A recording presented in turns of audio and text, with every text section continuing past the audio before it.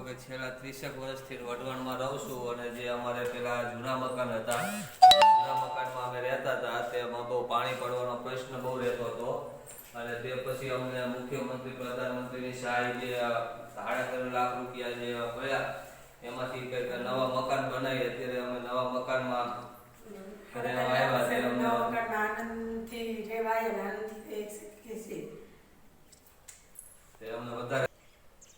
તે બદલ અમે મુખ્યમંત્રી શ્રી રૂપાણી સાહેબ તથા નરેન્દ્ર મોદી સાહેબનો અમે આભાર માનીએ છીએ.